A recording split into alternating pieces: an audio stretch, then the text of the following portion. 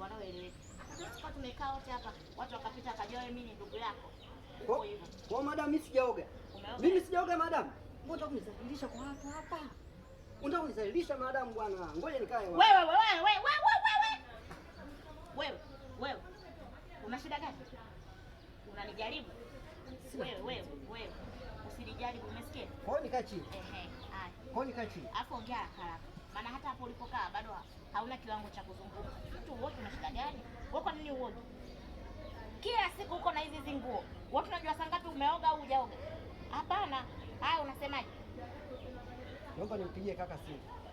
Naomba simu nimpigie kaka simu. Nilikuja kwa ajili ya hilo. Kuna vibanda vingi siku hizi ya simu. Katafutia huko kwa kupiga simu. Sio lazima kwangu. Mimi sina kocha leo.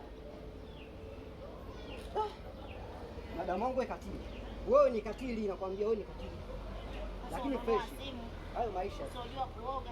Kila siku unataka kuja kupiga simu unaomba hela kwa kibao. Hayo maisha tu.